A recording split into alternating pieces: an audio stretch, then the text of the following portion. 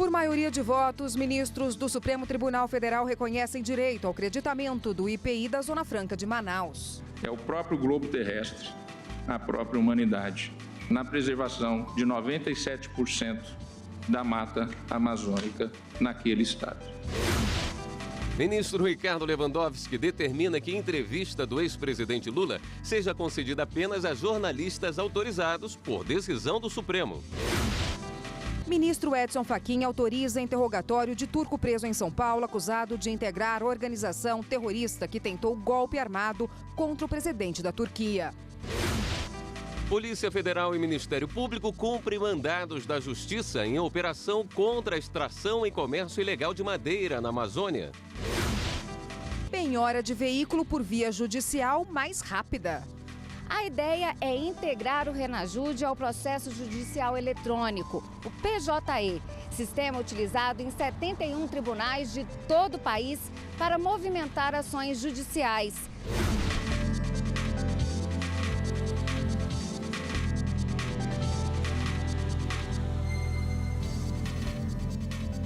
Olá, boa noite. Boa noite para você. Por maioria de votos, os ministros do Supremo Tribunal Federal reconheceram o direito a creditamento do IPI de insumos da Zona Franca de Manaus.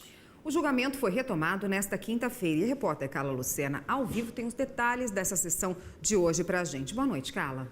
Olá, Érica. Boa noite para você. Boa noite a todos que nos acompanham no Jornal da Justiça. E olha só, a decisão deste caso ele foi por um placar de 6-4. O plenário do STF julgou aí um recurso apresentado pela União contra uma decisão da Justiça que tinha permitido uma empresa o direito a receber os créditos do IPI, que é o Imposto sobre Produtos Industrializados de insumos isentos adquiridos aí na Zona Franca de Manaus. Segundo a Fazenda Pública, esse tipo de benefício causaria um prejuízo para a União e ainda alegava que não havia uma previsão legal para a concessão desse tipo de benefício. O julgamento deste caso ele começou na sessão de ontem e terminou empatado. Foi quando então votaram o relator, o ministro Marco Aurélio e o ministro Alexandre de Moraes contra o creditamento e os ministros Edson Fachin e Luiz Roberto Barroso votaram a favor do creditamento. Hoje o julgamento então foi retomado. Ao longo da tarde ele seguiu boa parte empatado e só foi decidido nos últimos 3 votos, como vamos ver na reportagem. A ministra Rosa Weber foi a terceira a considerar que a Zona Franca de Manaus deve ter tratamento diferenciado, inclusive nos incentivos fiscais.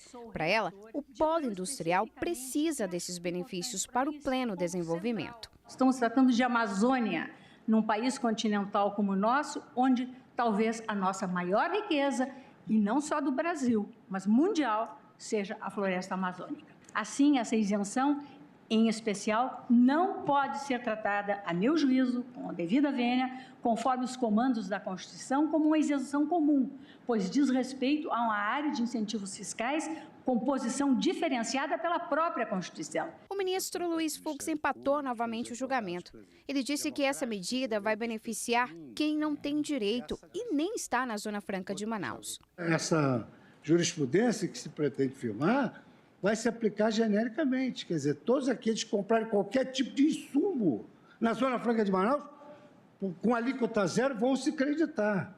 E quanto maior for a alíquota, maior será o creditamento. E não é por outra razão que o que hoje se afirma é que a Zona Franca de Manaus ela só produz um produto, crédito tributário. Ele foi acompanhado pela ministra Carmen Lúcia. Há uma série de benefícios, aqui o ministro acaba de citar, dos dados produzidos pela Receita, de benefícios que são garantidos para que haja essa atratividade da atuação naquela região do país e a garantia da Zona Franca. O julgamento foi concluído com os votos dos ministros Ricardo Lewandowski, Celso de Mello e Dias Toffoli.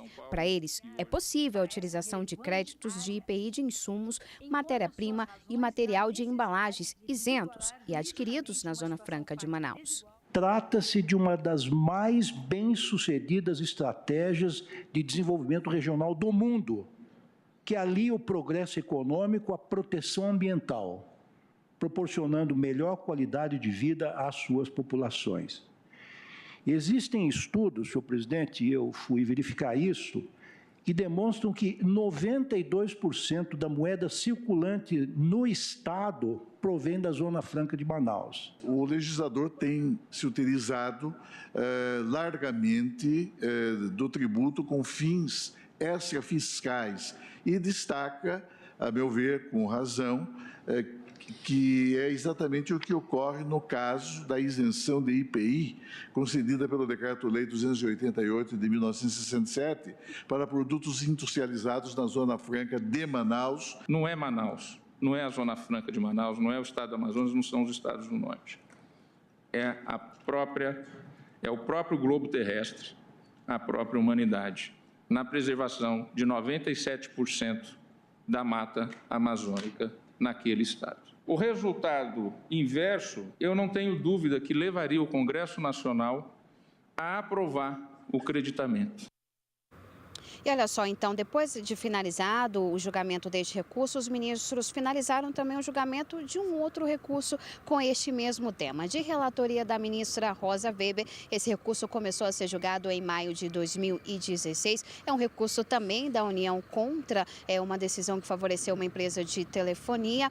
E esse recurso ele foi suspenso em 2016 por um pedido de vista do ministro Teori Zavascki, que pediu então para analisar melhor o caso. Hoje o julgamento foi retomado e foi concluído com essa mesma decisão, ou seja, a possibilidade de creditamento de IPI em insumos isentos adquiridos na Zona Franca de Manaus. Essa decisão deste último recurso vale para todo o país, ou seja, os juízes devem adotar essa decisão no julgamento de casos semelhantes e conforme que apuramos para o Jornal da Justiça, 87 casos estavam à espera dessa decisão. E agora voltamos aos estúdios, Érica William.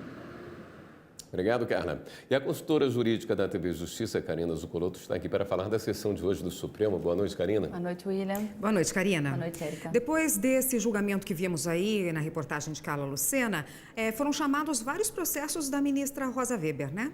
E um deles, inclusive, 4 ações diretas de inconstitucionalidade da relatoria dela também foram herdadas do ministro Teori Zavascki. A ministra Rosa Weber foi relatora e apresentou o seu voto hoje em 4 embargos de declaração apresentados em 4 ações diretas de inconstitucionalidade e também embargos de declaração num recurso extraordinário da relatoria do ministro Marco Aurélio, em que ela havia pedido vista quando o julgamento havia sido iniciado, e que se discutia a possibilidade de, na verdade, o que se argumenta nesses embargos de declaração é que haveria no acórdão dessas decisões proferidas alguma obscuridade ou contradições que deveriam ser sanados. O julgamento dessas ações diretas de inconstitucionalidade e do recurso extraordinário aconteceu em 2014. Foi um julgamento conjunto em que se discutiu se lei ordinária poderia estabelecer exigências para se conceder imunidade tributária do ICMS a empresas filantrópicas, a entidades beneficentes de assistência social. E na decisão que foi proferida tanto no recurso extraordinário como nas ações diretas de inconstitucionalidade, é que apenas por lei complementar é que essas exigências podem ser estabelecidas e não por lei ordinária. Como o julgamento foi em conjunto, vários embargos de declaração acabaram sendo opostos, questionando algumas decisões divergentes, votos divergentes e que acabariam ficando contraditórios nos acórdãos. O ministro Marco Aurélio, lá em setembro de 2018, quando foi dado início o julgamento dos embargos de declaração no recurso extraordinário do qual ele era relator, entendeu que não havia qualquer omissão, qualquer obscuridade, nenhuma contradição nos acordos e acabou negando o provimento aos embargos de declaração no RE. Naquela ocasião, a ministra Rosa Weber pediu vista porque ela também era relatora das ADIs, que também foram alvo de embargos de declaração. E hoje, na sessão de julgamento, todos esses processos foram reunidos, já que, conforme disse o ministro Dias Toffoli, desde 2014 esses processos vêm sendo julgados, então tem que ser, para dar uma otimizada nesse julgamento, para que seja finalizada essa questão, a ministra Rosa passou ao seu voto. Ela deu parcial provimento para estabelecer, para corrigir alguns erros e também sanar algumas contradições, foi um voto pela parcial procedência. Ministra Carmen Lúcia já adiantou o voto, mas esse julgamento deve ser retomado na próxima sessão do plenário, já que já estava bem adiantada a hora e somente a ministra Rosa havia votado nesse embargo de declaração. Então teremos que aguardar a próxima sessão plenária. E a próxima sessão só no dia 8 de maio, né? Considerando que a semana que vem, dia 1º de maio, é feriado, não tem sessão plenária marcada para a semana que vem, somente na outra, com sessão extraordinária pela manhã, já agendada inclusive. Tá certo, Karina. Obrigado pela presença aqui mais uma vez. Eu que agradeço. Obrigada. O ministro Ricardo Lewandowski, do Supremo Tribunal Federal, acolheu o pedido da defesa e manteve a entrevista exclusiva que o ex-presidente Lula deve conceder aos jornalistas Florestan Fernandes e Mônica Bergamo amanhã, dia 26 de abril, na Superintendência da Polícia Federal, em Curitiba. Anteriormente, o delegado da Polícia Federal, Luciano Flores de Lima, havia determinado que a entrevista deveria ser feita diante de uma plateia de jornalistas de outros veículos convidados pela própria PF, permitindo que outros veículos participassem da conversa na condição de ouvintes. O El País e a Folha de São Paulo conseguiram, na semana passada, a autorização do STF para entrevistar o ex-presidente na sede da PF em Curitiba, onde ele cumpre pena de 8 anos e 10 meses de prisão, no caso do triplex do Guarujá. E a 6ª Turma do Superior Tribunal de Justiça concedeu habeas corpus e revogou a prisão temporária decretada contra os 8 empregados da Vale, investigados no inquérito sobre o rompimento da barragem de rejeitos de Brumadinho em janeiro deste ano. Todos já estavam soltos por força de liminar do ministro Nefe Cordeiro, relator do caso. Ao confirmar a liminar, o colegiado da 6ª Turma reconheceu a ilegalidade da prisão temporária por falta de fundamentação da decisão do Tribunal de Justiça de Minas Gerais, que, ao negar habeas corpus anterior, não especificou os riscos que os empregados poderiam trazer à investigação. No pedido de habeas corpus, o STJ, a defesa argumentou que a prisão foi decretada sem fundamento válido e sem a indicação de fatos que demonstrassem a imprescindibilidade da medida para o inquérito. O rompimento da barragem de Brumadinho deixou 233 mortos. 3 meses após o episódio, 37 pessoas ainda estão desaparecidas. A ausência de prestação de contas sobre recursos repassados ao município de Juazeiro, na Bahia, levou o Tribunal Regional Federal a manter condenação por improbidade administrativa a um ex-prefeito do local. A improbidade administrativa é uma ilegalidade relacionada aos agentes públicos que agem de forma desonesta e desleal no cumprimento de suas funções. De acordo com a Lei 8429 de 1992, também conhecida como Lei de Improbidade Administrativa, a ausência de prestação de contas governamentais é crime, pois fere princípios constitucionais. E foi por não apresentar a prestação de contas de dinheiro público que um ex-prefeito de Juazeiro, na Bahia, foi condenado por improbidade administrativa pela Justiça Federal no estado. O dinheiro do qual o ex-gestor deveria ter feito prestação de contas foi destinado para um projeto especializado em atendimento de crianças e adolescentes vítimas de abuso, exploração e violência sexual, gerenciado pela Fundação Assistencial Comunitária de Juazeiro. De acordo com o ex-prefeito, como a fundação fez prestação de contas para a Secretaria do Trabalho e Bem-Estar Social, ele não teria essa responsabilidade. Por isso, recorreu ao TRF da Primeira Região. A 4ª Turma do tribunal, porém, manteve a condenação do ex-gestor. O relator, desembargador federal Olindo Menezes, destacou que essa justificativa de responsabilizar a fundação não poderia ser aceita, pois o dever jurídico de prestar as contas das verbas repassadas ao município cabe ao prefeito e não à instituição responsável pela execução do projeto. Para esse advogado, especialista em direito administrativo, pode ter faltado conhecimento das normas e organização por parte do ex-gestor público. Quando estamos falando de uma prefeitura, cada vez que ele repassa para alguém, ele tem que cobrar. É o mínimo que a gente aprende de administração, saindo da área do direito, tá? Você tem o planejamento, tem o controle, mas de qualquer forma precisa controlar. Mesmo que não seja ele destaque alguém. E ainda nesta edição, concurso no STJ premia melhores ideias com foco na justiça cidadã. As grandes teses que surgem dentro do judiciário, elas não necessariamente nascem dentro dos tribunais. Muito ao contrário, muitas vezes elas nascem em eventos dessa natureza.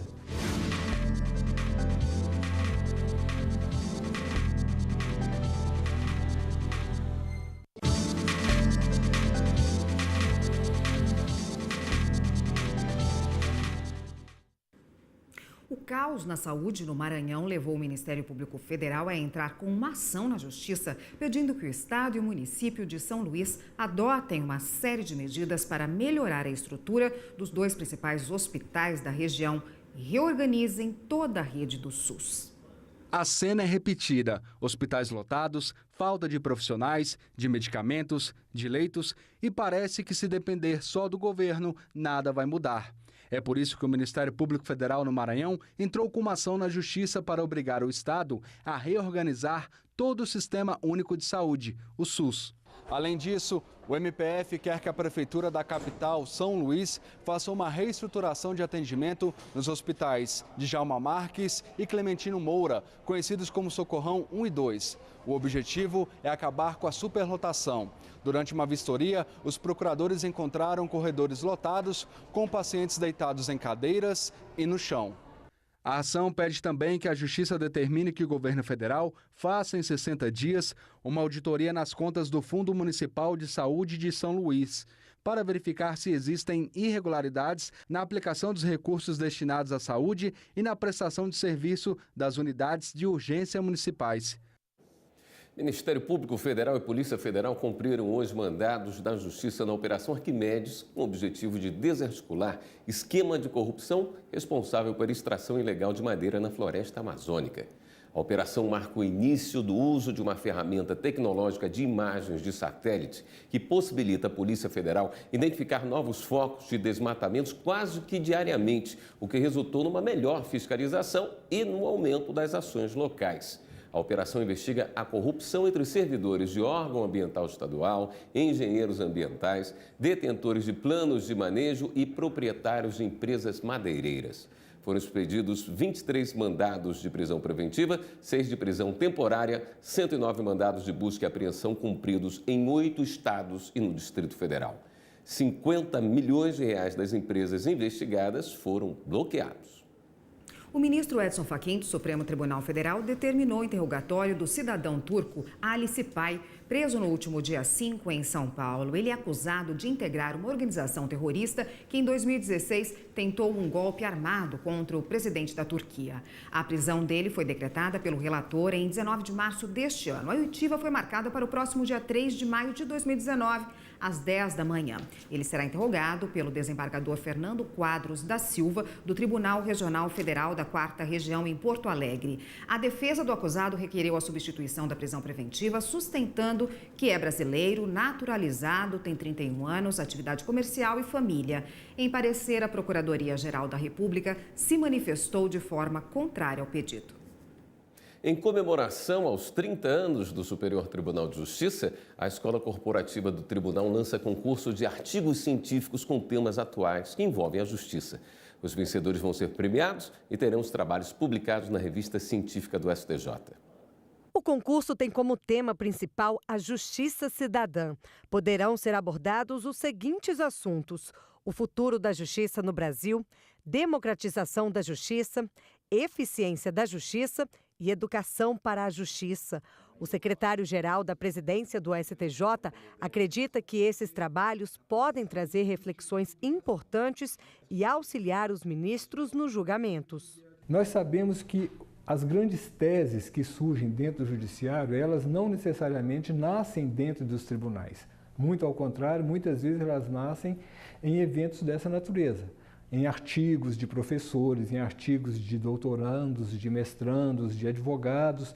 Então, é muito importante para o tribunal essa integração com a comunidade jurídica, exatamente porque muitos desses trabalhos vão ter, lá no futuro, uma repercussão grande dentro das teses e dos processos que são discutidos dentro do tribunal. Serão premiados os 3 melhores trabalhos de cada eixo temático, sendo R$ 6.000 para o primeiro colocado, R$ 3.000 para o segundo e R$ 1.000 para o terceiro. Os 12 artigos vencedores serão publicados na revista científica STJ, que está disponível na rede de bibliotecas digitais jurídicas, a BDJUR. O resultado será divulgado no dia 6 de setembro e a cerimônia de premiação está marcada para o dia 20 do mesmo mês. O concurso é aberto ao público. Podem participar pessoas graduadas em qualquer área de formação.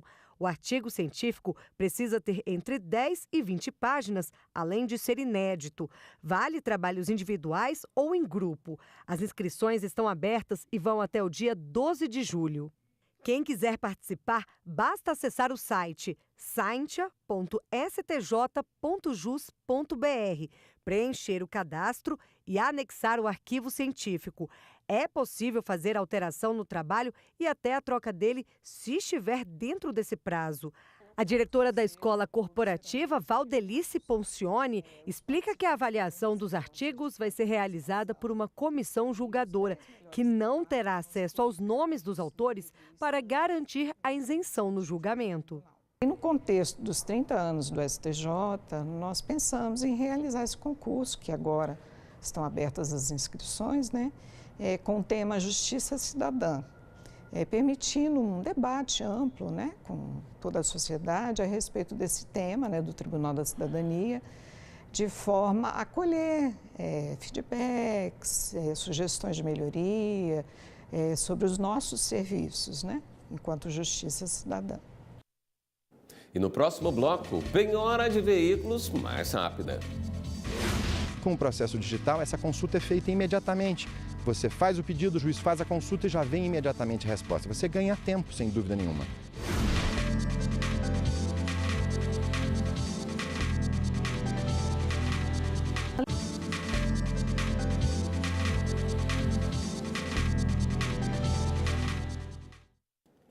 A penhora de veículos em ações judiciais vai ficar mais rápida. O Conselho Nacional de Justiça, o Denatran e o Serpro vão integrar o sistema Renajude ao processo judicial eletrônico. O sistema Renajude é uma ferramenta eletrônica que interliga a Justiça ao Departamento Nacional de Trânsito. Pelo sistema é possível consultar e enviar, em tempo real, ordens judiciais eletrônicas para penhorar veículos de pessoas condenadas em ações judiciais e assim assegurar o pagamento de credores. O acesso ao serviço é exclusivo aos juízes e servidores autorizados do Poder Judiciário. A ideia é integrar o Renajude ao processo judicial eletrônico, o PJE, sistema utilizado em 71 tribunais de todo o país para movimentar ações judiciais. Atualmente, cerca de 30 milhões de processos tramitam na plataforma virtual. A intenção é encurtar o caminho e dar celeridade aos processos de penhora. Hoje, tudo que o juiz não consegue realizar no ambiente eletrônico precisa ser feito por ofício, o que gera papel, trabalho e custos. Antes do processo digital, quando o processo era físico, você requeria que o Poder Judiciário se expedisse um ofício para cada Detran, onde você imaginasse que tivesse um carro, para que o Detran pudesse responder. Então você imagina o tempo e o custo que isso dispendia. Então não se justificava. Hoje, com o processo digital, essa consulta é feita imediatamente. Você faz o pedido, o juiz faz a consulta e já vem imediatamente a resposta. Você ganha tempo, sem dúvida nenhuma. Isso é valioso. E hoje à noite tem Link CNJ na TV Justiça e você vai ver uma reportagem sobre os planos de saúde. Saiba o que fazer antes de assinar um contrato de adesão. Veja também como se conectar às redes sociais com segurança e as últimas notícias do CNJ. O Link CNJ vai ao ar hoje às 9h30 da noite aqui na TV Justiça. Agora vamos dar um giro na rede para saber das últimas notícias?